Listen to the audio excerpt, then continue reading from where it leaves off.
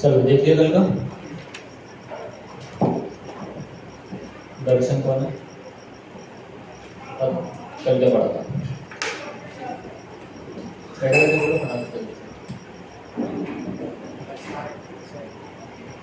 तो ये बोलो कषाय के बारे में। अच्छा, कषाय के बारे में क्या पढ़ा था? कौन सी कषाय पढ़ी थी आपने?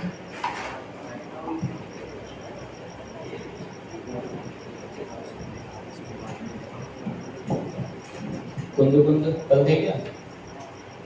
देखो नोटबुक लाओ, देखो कुंदू कुंदू बताओ।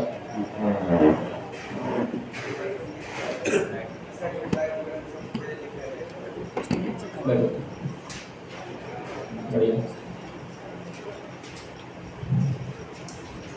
नोट तो बताना फिर आंसर कैसे ही आ रहा है। कषाय पढ़ी थी। चलो बैठो, आगे देखो। कल का मैं रिवीजन नहीं कराऊंगा, ठीक है? नोट्स आपके पास है, आपने देख लिया, रिवीजन हो गया। अपन आगे बढ़ते हैं। देखिए कल अपन ने ये देखा था कि वो द्रव्य का आगम में कहाँ पर स्थित है, ठीक है? वो द्रव्य शब्द हमें कहाँ से प्राप्त हुआ है, कहाँ कहाँ पर मिलता है। आज उस द्रव्य के बारे में पढ़ना है, ठीक है? तो अपन ने कल मुख्य 2 ग्रंथ देखे थे, कौन कौन से? पंचास्तिक और प्रवचन। अब उसमें भी हमने 2 विभाग किए थे, ठीक है? प्रवचन सार के और पंचास्तिक के। प्रवचन सार के बोलिए, सॉरी पंचास्तिक का सामान्य विशेष गाथाएं, ठीक है? 1 से 26। और प्रवचन सार की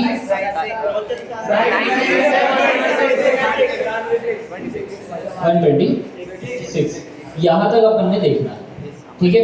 अब ये जो हमने स्वरूप देखा ना, ये स्वरूप है इसका सामान्य। तो ये जो हमने यहाँ पे ये स्वरूप लिखा है ना इसका, ये जो सामान्य शब्द लिखा है स्वरूप के अंतर्गत, तो ये पूरा वर्णन आएगा इसके अंदर। ये अपन ने जो कल देखा था, पर इसका वर्णन हम थोड़ी बाद में देखेंगे। पहले जो हमने एक द्रव्य शब्द देखा, उस शब्द के और अन्य नाम क्या है, नाम देखिए। अन्य नाम, हम इस द्रव्य शब्द को और क्या क्या बुला सकते हैं, ठीक है? देखिए सबसे पहले द्रव्य शब्द को हम एक अर्थ भी बोलते हैं, ठीक है?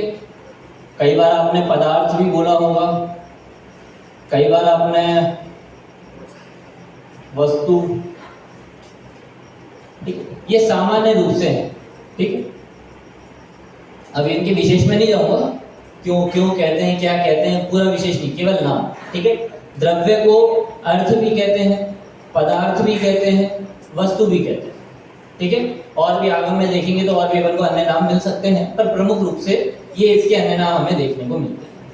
अब हमारे पास 4 नाम हो गए, एक तो द्रव्य का स्वयं, एक अर्थ, एक पदार्थ और एक वस्तु।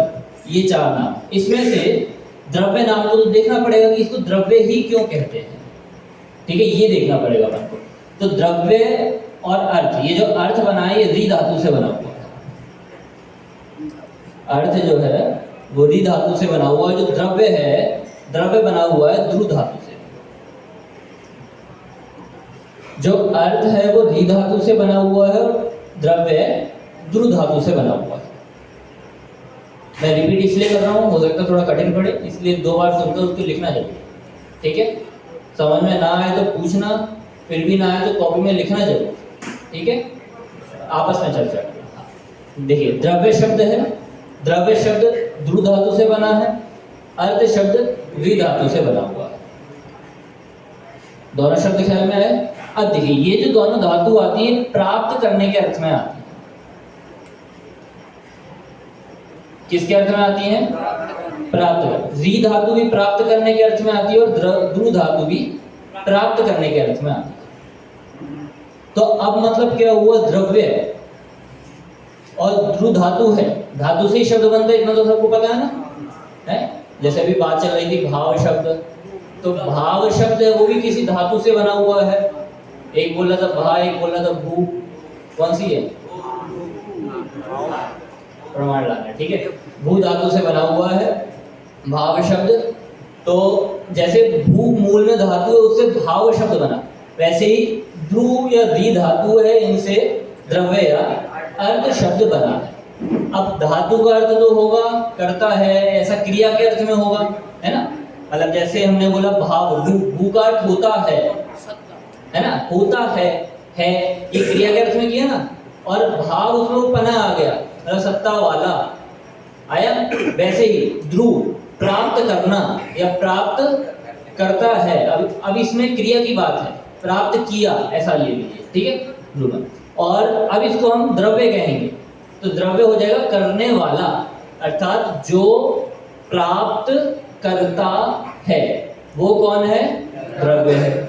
जो प्राप्त करता है उसे अर्थ कहते हैं। ख्याल में आया? दोबारा से यहाँ पे आगे लगा लीजिएगा, जो प्राप्त करता है वह है द्रव्य। ध्रुव है धातु जो प्राप्ति के अर्थ में आती है, ठीक है।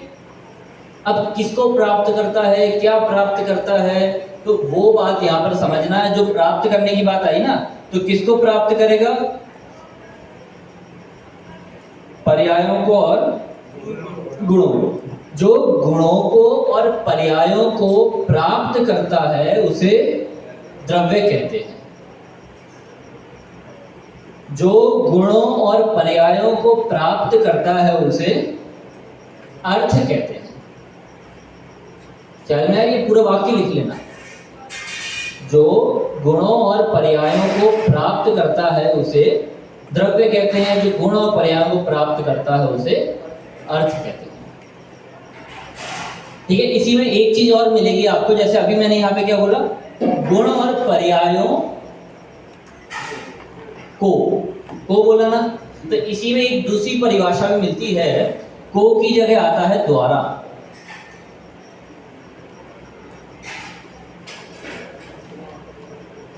द्वारा दिख नहीं रहा क्या?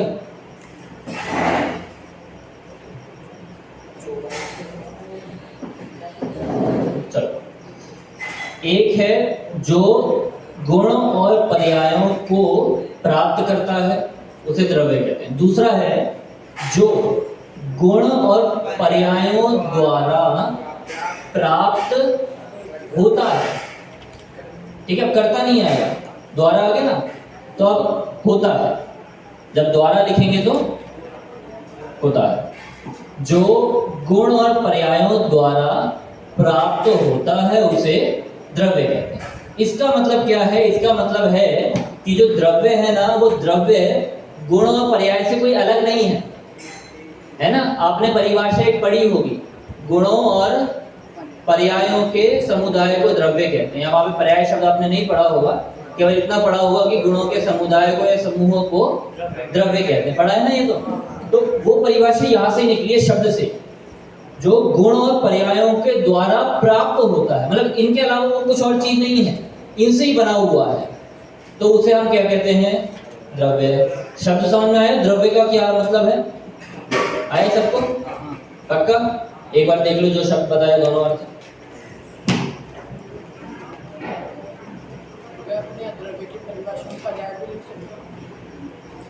यहाँ पर जो बोला ना, वो तो गुण में बोला ना, गुण में पर्याय आ गई है ना, लिख दोगे भी तो कोई दोष नहीं होगा।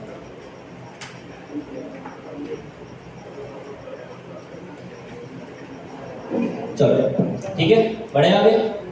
देखो ये तो हो गया द्रव्य का मतलब। अब द्रव्य के अन्य अर्थ भी होते हैं जो यहाँ पर नहीं लगाने, कि द्रव्य का एक अर्थ आपने पढ़ा होगा धन, ठीक है, जिस और वित्त, वित्त मतलब भी वही धनी होता है, पैसा।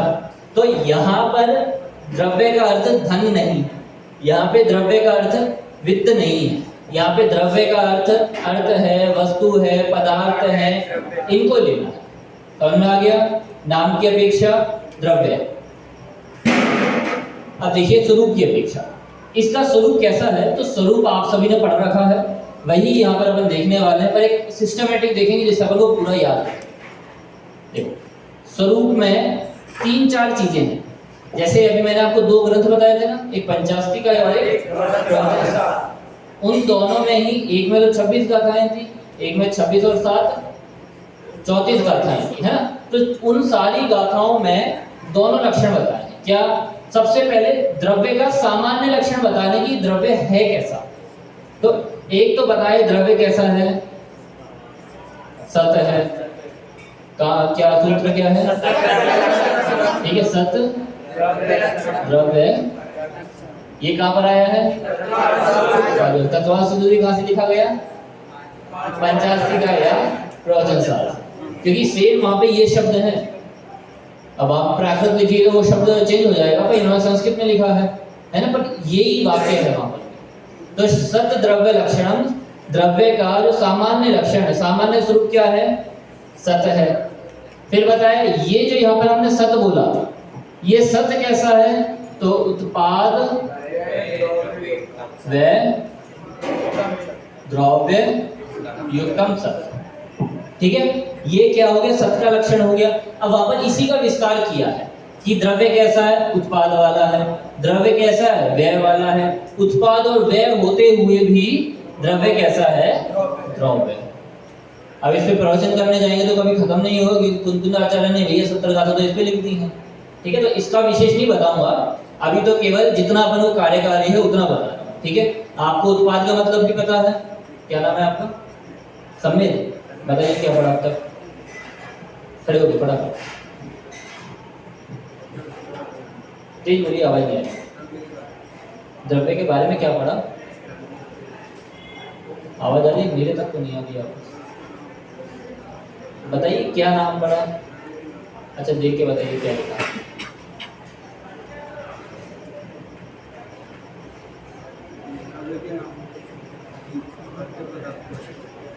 आप आगे आगे बैठिए, आपकी आवाज नहीं आ रही है, आगे आ जाइए फटाफट। ठीक है, चलिए आगे देखिए। उत्पाद व द्रव्य युक्तम सत, ये किसका लक्षण हो गया? सत का लक्षण हो गया। मतलब ये पूरा द्रव्य का ही वर्णन चल रहा है। द्रव्य का स्वरूप कैसा है? द्रव्य सत वाला है। द्रव्य कैसा? उत्पाद व द्रव्य युक्तम सत, ये द्रव्य का सामान्य स्वरूप है। और कैसा? हाँ, एक जगह बना लो, थोड़ा पीछे पीछे लो, पीछे। और देखिए इसके बारे में और भी आपने और भी कथन पढ़े होंगे। और क्या है? तो देखो, गुण पर्याय वत, आगे याद नहीं है क्या सूत्र? गुण पर्याय वत द्रव्य। अब क्या सूत्र बोला हमने? गुण पर्याय वत का मतलब क्या होता है? सामान, साथ,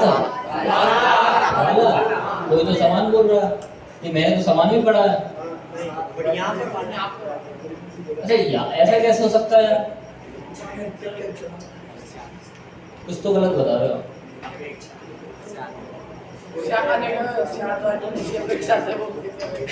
जो उत्तर चाहिए वो आना चाहिए। यहाँ पे वत का अर्थ क्या है? रूप। अच्छा, वत का अर्थ रूप है, वाला है, कैसा? उसमें उसी तरह है, उसी समान, वैसा ही।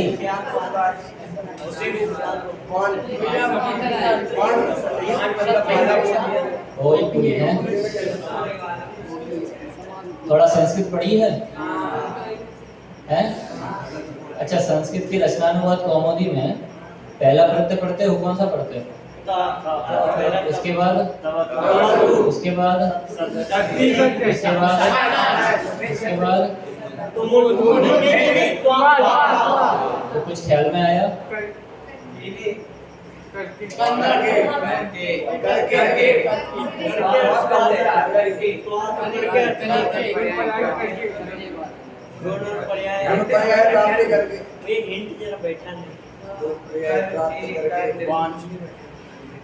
किसने बोला शब्द?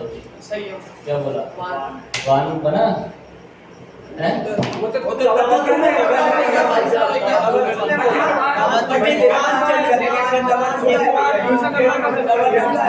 कोई बात नहीं, कनेक्शन में जाके दोबारा से पढ़ लेना, ठीक है?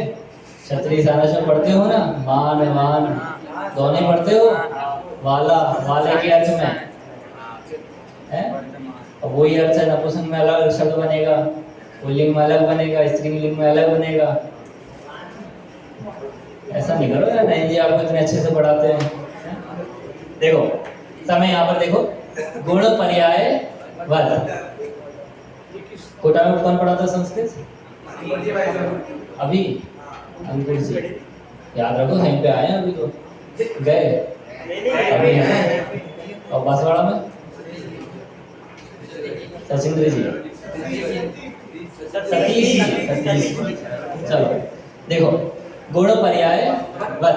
गुण पर्याय वत में यहाँ पे है वाला अर्थ में, पहले जो बोला था सही बोला था, वो उसके पीछे हमको पता होना चाहिए कि वाला अर्थ क्यों है, समान वाला क्यों नहीं है, ठीक है? गुण पर्याय वान, गुण पर्याय वाला जो है वो है द्रव्य।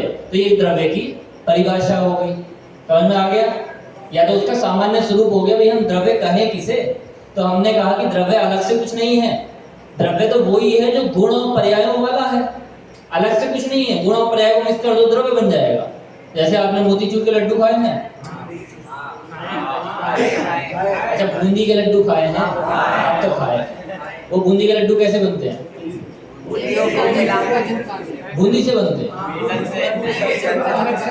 बेसन से बनते हैं।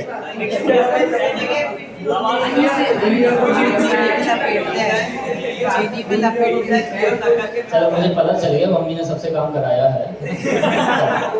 अब लड्डू अपन बनाते हैं ना, लड्डू अलग से कुछ है, वो तो बेसन का पहले दाल थी, दाल को पीसा, फिर उसको सेका, उसमें घी मिलाया, फिर उसको या तो हो सकता है अपन ने बूंदी से तलाया, तो सीधा लड्डू बना दिए।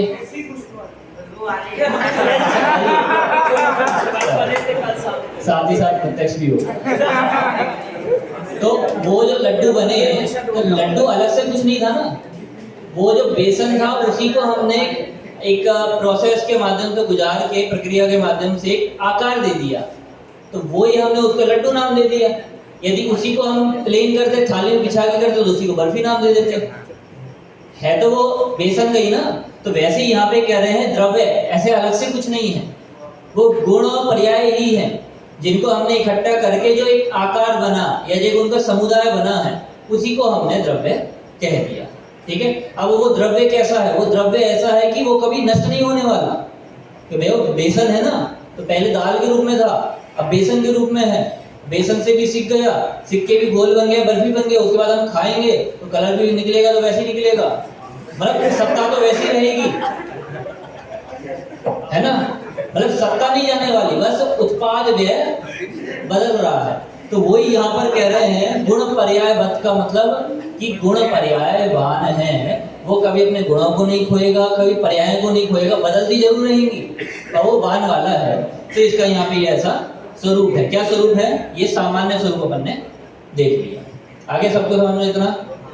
अब देखो, ये जो द्रव्य हैं इसके कुछ भेद भी बताए गए हैं, जो 6। अच्छा चलो आपसे पूछता हूँ, ये तो पढ़ रखा होगा ना, कौन बताएगा? प्रश्न, उत्तर नहीं बताना, प्रश्न बताना, मैं क्या पूछने वाला। हाँ पीछे चेतन जी।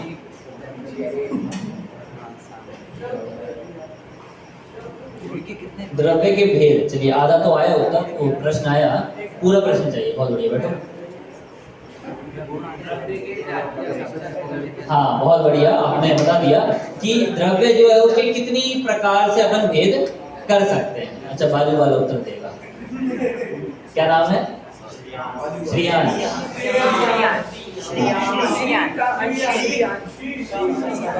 वही बोला है, हाँ बोलो। उसकी आवाज आ रही थी, आपकी क्यों नहीं आ रही? 6 प्रकार के होते हैं। उसने प्रश्न कुछ और बोला था, आपने तो आधे उत्तर दिया।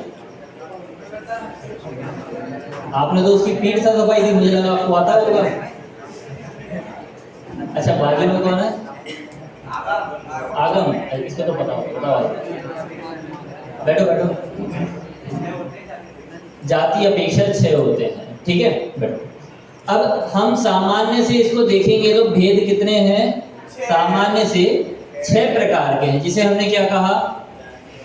जाति अपेक्षा कहा। जाति का मतलब एक समुदाय विशेष है, मतलब वैसा नहीं है जैसे हम कहें कि हमारा भी जो वरिष्ठ कक्षा है, यहाँ पर कितने बच्चे हैं? 48 हैं टोटल, तो 42 हैं। और क्लासों की अपेक्षा देखें तो 5 ही क्लास में से 1 क्लास आपकी है, तो जाति अपेक्षा कहेंगे तो एक ही है, ठीक है, एक वरिष्ठ उपाध्याय 1 है, तो उसमें भी और प्रवेश जाके कहेंगे तो 42 हैं। तो वैसे ही हमने कहा द्रव्य तो बहुत है, बच्चे तो बहुत हैं, और उनको एक समुदाय में बांटना है ना, विभाजन करना है। अब हम 260 300 बच्चे आए, हम 300 क्लास तो लगाएंगे नहीं, हमने पहले उनका समुदाय बांट दिया, फिर हर एक का अलग अलग एक क्लास में भेज दिया सबको। तो वैसे ही बहुत सारे द्रव्य हैं, अब हर एक द्रव्य को कहाँ से बताएंगे? तो हमने उनका एक समुदाय बना दी, एक जाति विशेष बना दी, जिसे हमने जाति की अपेक्षा 6 कहे। अब ये 6 कौन कौन से होते हैं? जीव, उद्गल, आकाश और काल। ये 6 द्रव्य होते हैं, ठीक है। अब इन जो 6 द्रव्य हैं, इन 6 द्रव्यों का स्वरूप हम इन पॉइंटों के माध्यम से जानेंगे, ठीक है। आपने भले ही पहले पढ़ रखा होगा पर लिखना पूरा, ठीक है। देखो विशेष में अभी अपन ने भेद देखा, जाति अपेक्षा 6 भेद। अब वो जो 6 भेद थे उसमें से जो पहला भेद था, हम जीव के बारे में थोड़ा देख लेते हैं, ठीक है। जीव क्या है? द्रव्य है, और द्रव्य कैसा होता है? गुण पर्याय वाला होता है। तो जीव कैसा होगा? गुण पर्याय वाला होगा। द्रव्य कैसा था? सत था, तो जीव कैसा होगा? सत है। द्रव्य उत्पाद व द्रव्य वाला था, तो जीव कैसा होगा? उत्पाद व द्रव्य वाला होगा। ये तो हो गया सामान्य स्वरूप। पर अब हमने इसके 6 भेदों में से केवल एक भेद पकड़ा, तो उस हमने एक भेद को अलग किस दम पर किया? बात आ रही समझ में? अरे इतनी सारी क्लास में आप 42 बच्चे बैठे हैं, अब सब बच्चे ही हैं, पर मैं किसी एक को खड़ा करूं, मैंने मान लो कुंद को खड़ा किया। अब कुंद को क्यों खड़ा किया मैंने? तो उसमें कुछ विशेष होगा ना, तब मैंने उसको खड़ा किया। मैंने अरिंद को खड़ा किया, अरिंद को क्यों खड़ा किया? कुछ विशेष दिखा होगा तब खड़ा किया ना मैंने उसको। तो वो विशेषता क्या है? तो हमने कहा भैया अनंत के नाम पर है इसका नाम, इसका आचार्य के नाम पर है, तो नाम की विशेषता हो गई है। तो वैसे ही इस जीव में भी कुछ विशेष है क्या? तो हमने कहा हाँ भैया, नहीं है, गर्दन संभाल के रखना फिर। तो जीव में क्या विशेष है? जीव में है ज्ञान और दर्शन। इन ज्ञान दर्शन के कारण हमने उस समुदाय में से इतने द्रव्यों को अलग कर दिया है, उन्हें नाम क्या किया? जीव दिया। जीव में वो सारी चीजें पाई जा रही थी, पर ये एक विशेष चीज है। इस विशेषता के आधार से हमने उस जीव को सबसे पृथक करके अलग जाति खड़ी कर दी है, जिसे हमने जीव द्रव्य कहा। ये तो हो गया इसका सामान्य स्वरूप। जीव का क्या हो गया? सामान्य। इसी कोई परिभाषा बंधे हुए शब्दों में कह सकता है, वाक्य में, परिभाषा रूप में।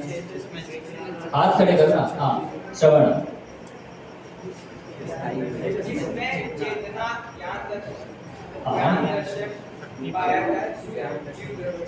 चलिए बहुत बढ़िया, बैठो। क्या नाम? धीरज।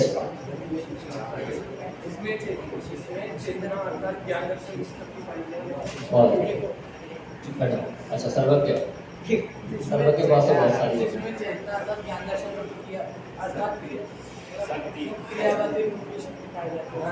ये तो ज्यादा ही हो गया, ये ज्यादा विशेष हो गया।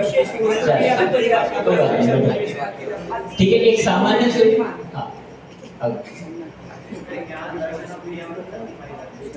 जिसमें ज्ञान दर्शन और क्रियावती शक्ति पाई जाती है। मैं इसमें दोष निकाल लूं? निकल गया। आ गया ना समझ? ठीक है, क्रियावती शक्ति भले ही पाई जाए पर उसके माध्यम से हम इसको अलग नहीं कर पाएंगे, है ना। गुण भले ही हो पर हम उसको अलग नहीं कर पाएंगे। जैसे हम सबने आप में से अलग करना है तो मैं कहूँगा जिसने सफेद पहना है वो खड़े हो जाए, बहुत सारे खड़े हो जाएंगे, तो मुझे अलग कुछ ढूंढना पड़ेगा। अब अलग तो नाम नहीं बोलूंगा, ठीक है, समझ जाना। ज्ञान दर्शन, ठीक है, ज्ञान दर्शन जिसमें पाया जाए हम उसको अलग कर देंगे तो वो जीव अलग हो गया। ये तो हो गया इसका सामान्य स्वरूप। अब इसकी संख्या देखनी है हमें कि एक तो हमने अभी जाति बनाई ना कि भैया इन इतने सारे विद्यार्थियों की हमने एक जाति बना दी कि 5 जाति है, उसमें से हमने एक वरिष्ठ उपाध्याय जाति पकड़ ली। अब उसकी उस जाति में भी कितने विद्यार्थी हैं या उस वरिष्ठ उपाध्याय कक्षा में कितने विद्यार्थी हैं, तो हम कहेंगे 42 हैं, ठीक है। तो वैसे ही यहाँ पर ये जो हमने जीव जाति निकाली है, इस जीव जाति में कितने द्रव्य हैं, कितने विद्यार्थी हैं, कितने जीव हैं, कितने हैं? पक्का लिखूं? लिख देता हूं, ठीक है। अनंत। अब बाद में नहीं कहना मिटोने के लिए। कितने हो गए जीव? असन जीव। एक बार और सोच लो। ऋषभ सोच रहा है, सोच लिया? क्या है? सर्व के कुछ ज्यादा आएगा। देखो, ठीक है, तो इसकी जीव कितने हैं? अनंत है। अनंत का मतलब क्या है? हम गिन नहीं सकते हैं, देख नहीं सकते हैं। सामान्य से अनंत की एक परिभाषा लिख लीजिए, जो केवल ज्ञान गम्य हो वो अनंत है, ना ही उसे मत आज ही पढ़िए। चलो ये अच्छा हो गया कि भैया आखिरी में क्लास आती तो पहले आप पूरा पढ़ लेते हैं, है ना। तो अनंत का वो वाली परिभाषा लगा लेना, जो केवल ज्ञान गम्य हो वो अनंत। अब इसके प्रदेश, अब प्रदेश हम अनंत के नहीं देखेंगे। अभी आप देखना धीरे धीरे हम घटते हुए आ रहे हैं।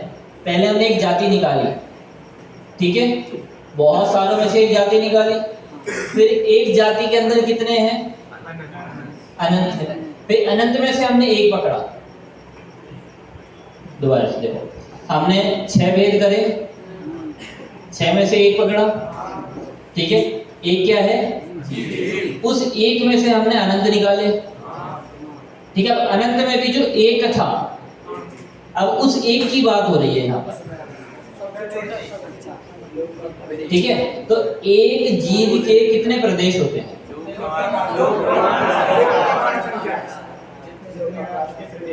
पहले एकदम शॉर्ट बताओ, बाद में विस्तार। असंख्यात, ठीक है, एकदम शॉर्ट लिख देता हूं मैं यहाँ पर, असंख्यात, ठीक है। अब देखो पहला अनंत हो गया, अब क्या है? असंख्यात है। अच्छा, अब विस्तार में बताओ क्या बता रहे थे? अब इसमें सोच लेना।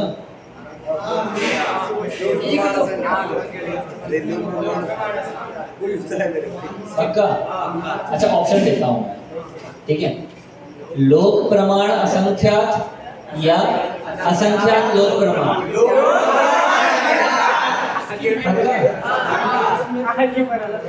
पक्का? अरे ये चलो, ठीक है, तो लिख देता हूँ मैं सीधे से। क्या है? लोक प्रमाण असंख्यात। तो इसके प्रदेश कितने हो गए? लोक प्रमाण असंख्यात। लोक प्रमाण का मतलब जो अपना ये 3 लोक है वो 3 लोक, उसके बराबर जितने असंख्यात हैं वो असंख्यात, ठीक है। लोक प्रमाण असंख्यात। यदि मैं लोक दूसरी साइड लिख देता तो अर्थ चेंज हो जाता। ऐसा एक लोक नहीं, ऐसे असंख्यात लोग आते जो आपने पढ़ लिया है। तो एक जीव के प्रदेश इतने हो गए। आगे बात समझ में? 3 पॉइंट। अब जीव के लिए अब हमको भेद प्रभेद देखने हैं।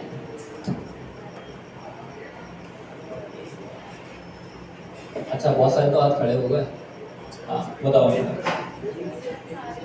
संसारी और मुक्त लिख देता हूं। चलो, भेद क्या हो गए?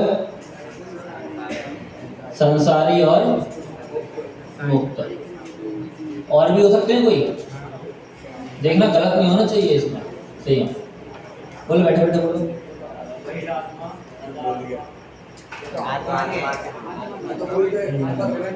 चलो चलो कोई दिक्कत नहीं, सही है। हाँ पीछे चेतन। अच्छा संगी और असंगी, बहुत बढ़िया, बैठो। अच्छा और हाँ क्या नाम इसका पीछे, अरे विदिशा,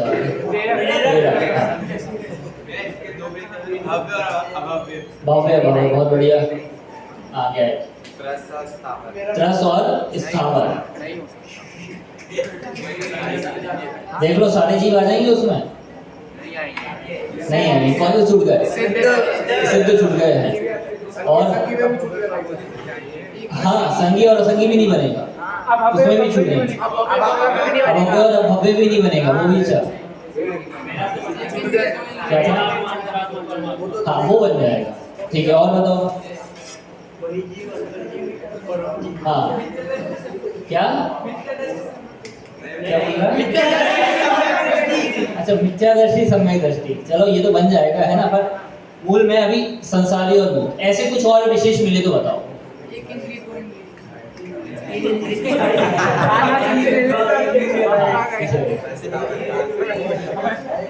क्या? अच्छा वो तो हो गया। हाँ चलो। हाँ प्रबल, शरीरी और अशरीरी, चलो इसको भी अच्छा कर सकते हैं, ठीक है, बहुत बढ़िया। तो अभी मूल में अपन ने दो वेद देखे, इतने सारे जो आपने बोले ये भी सारे वेद हैं, संसारी और मुक्त। संसारी में 14 गुणस्थान आ जाएंगे, मुक्त में मुक्त जीव आ जाएंगे। फिर और प्रवेद करना चाहें तो तत्वार सूत्र का भी आपका दूसरा अध्याय चल ही रहा है, उसमें तो नहीं आया ना ये, अब पहले मैंने पढ़ा दिया। तो संसारी के दो वेद हो गए, ठीक है, एक तो स्थावर और एक त्रस। स्थावर और त्रस, स्थावर में 1 इंद्रिय और त्रस में 2 से 5 इंद्रिय, ठीक है। और भी चले जाना, और भी मिलते जाएंगे, तो ज्यादा भेद प्रभेद में अपन को जाना नहीं। यहाँ पे मैंने लिखा था भेद, यहाँ पे लिखा था प्रभेद, क्योंकि मूल अपना द्रव्य था, द्रव्य के भेद हो गए जीव, उद्गल, धर्म, अधर्म, आकाश का, ये भेद है, ठीक है। और प्रभेद है जीव के, ये प्रभेद। उद्गल के प्रभेद अलग होंगे, अधर्म के धर्म के होंगे तो वो अलग है, ठीक है। आगे बात समझ में, बड़े आगे चलो। अभी अपना आखिरी पॉइंट है विभाजन, इसको अपन जब 6 द्रव्य का पढ़ लेंगे उसके बाद आखिरी में देखेंगे, ठीक है, क्योंकि इसमें सबका साथ में देखेंगे। अब जैसे ये जीव का देखा ना, वैसे ही हर एक द्रव्य का अलग, ठीक है। यदि आप नोट्स बना रहे हो तो उसमें सबसे बढ़िया है, बना दो ना, सबसे बढ़िया ऐसा है कि यहाँ पे द्रव्य लिखा, ठीक है, ये ऐसा लिखा साइड में, ऊपर जीव लिखा, एक एक का फिल करते जाओ, उद्गल लिखा, एक एक का करते जाओ, ठीक है। ऐसा किसी ने किया अब तक? टेबल बना, संयम, क्या नाम पीछे? 85 का है, मुझे 85 का नाम याद है नहीं, उसने पूरा 85 का याद किया है प्राकृत से। हाँ क्या नाम है? महावीर।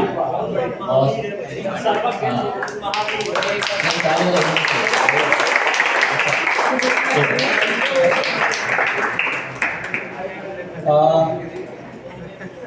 हाँ जीव हो गया, ठीक है अपना। अब आया दूसरा अपना पुद्गल।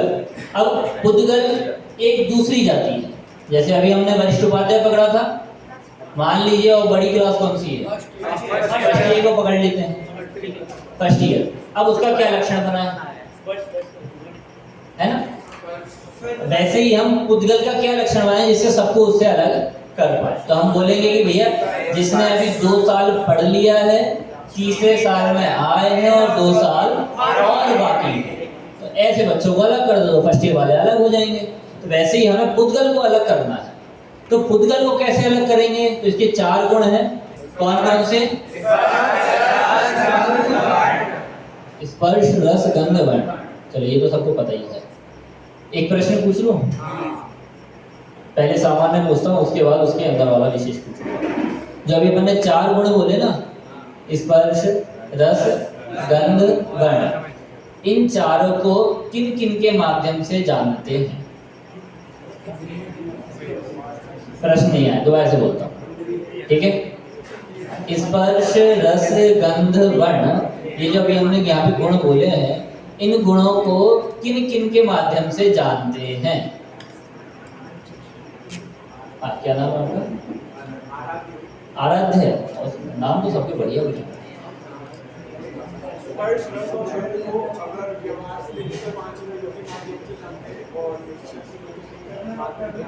अच्छा, अभी आप अकेला व्यवहार का ही विस्तार कर रहे हैं। बहुत बढ़िया। गंध को घ्राण से और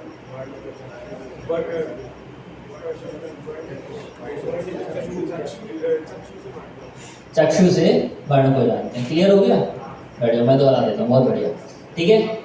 स्पर्श है, स्पर्श को जाना हमने स्पर्शन इंद्रिय से। रस, रस को जाना रसन इंद्रिय से। स्पर्श रस गंध, गंध को जाना ग्रहण इंद्रिय से। वर्ण को जाना चक्षु इंद्रिय से।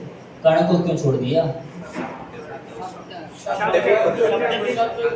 शब्द स्पर्श की वो है, क्योंकि आप सुबह पापा ने चाह दिया तो फिर याद आ जाती कि अरे रुक जाओ, विस्तार में नहीं जाओ, ठीक है। अभी यहाँ पे हमने क्या है, इसके 4 गुण पढ़े और इंद्रिया 5 थी, तो 4 को तो अपन ने 4 में घटित कर दिया, एक के आखिरी में क्या रह गया? कर्ण बाकी रह गया। अब कर्ण के लिए कोई गुण चाहिए, तो कर्ण का गुण क्या है? शब्द सुनेंगे अपन, शब्द। फिर शब्द को हमने जो अभी 4 गुण बोले उसमें क्यों नहीं बोला? हमें बोलना चाहिए ना, स्पर्श रस गंध वर्ण और शब्द, आसान हो जाता।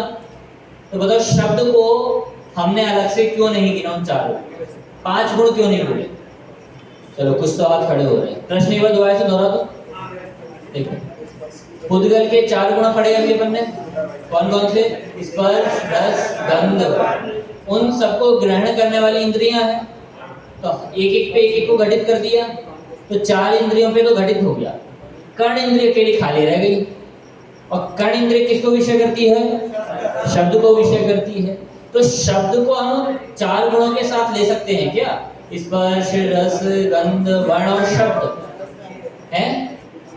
अगर ले सकते हैं तो क्यों ले सकते हैं? यदि नहीं ले सकते तो क्यों नहीं ले सकते? ये प्रश्न है। चलो हाथ तो उठ रहे हैं, क्यों सम्यक नहीं होता? अनमोल वो खो गया है, मोल गायब हो गया उसका। पीछे से कोशिश करो थोड़ा बहुत।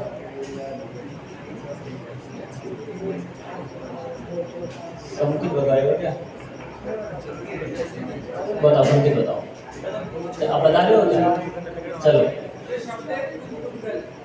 शब्द पुद्गल है, तो जो शब्द के स्पर्श रस गंध वर्ण ये पुद्गल नहीं है। अच्छा, शब्द में रस होता है?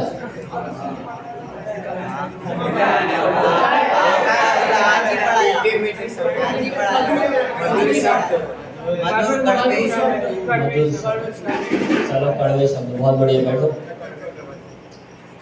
और बताओ।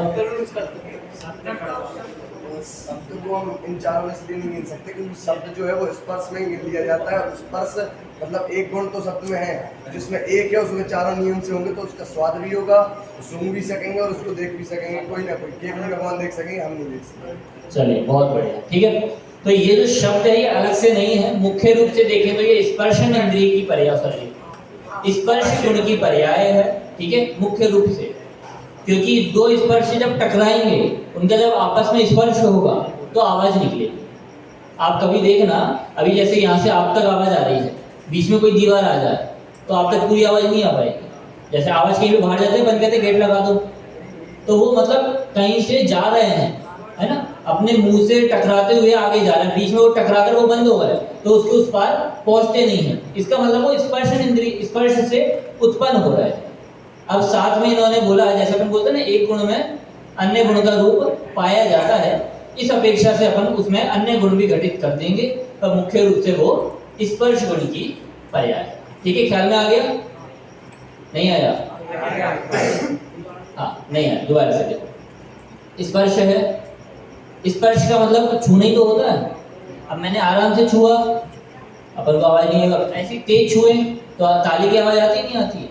तो आवाज भी टकराने से आई ना, स्पर्श से आई ना आवाज है। अब कोई ऐसे टकराएगा, यदि कई बार हम ऐसे रगड़ते भी हैं तो वो भी स्पर्श हो रहा है ना अलग प्रकार का है। कई बार हम उठाते हैं तो उठाने में भी आवाज आती है, कई बार हम रखते हैं तो आराम से रखने में वो आवाज आती है। तो स्पर्श से आवाज आ रही है, स्पर्श की तो गुण ही है, हल्का भारी रूखा चिकना ठंडा गर्म ये है। तो वैसे ही इसके स्पर्श से वो आवाज आती है। तो आवाज या शब्द क्या है, वो शब्द स्पर्श गुण की पर्याय है, तो वहां से वो निकलते हैं। चलो आज का समय अपना हो गया है। जो विशेष है, विशेष में से भी अभी जो स्वरूप था, स्वरूप वाला अपन ने पॉइंट देखा है। जो संख्या है, ठीक है, संख्या का अपन कल देखेंगे, प्रदेश का भी कल देखेंगे। कल अपन को गुणों वाला, ये द्रव्य वाला पूरा करना है, तो उसके बाद गुण का लेंगे, फिर पर्याय का लेंगे। पूरा विषय समझ में आएगा, ठीक है। जहाँ पे समझ में ना आए तो पूछना अवश्य। अभी अपन यहीं पे विराम लेते हैं। चलिए अंतिम मंगल।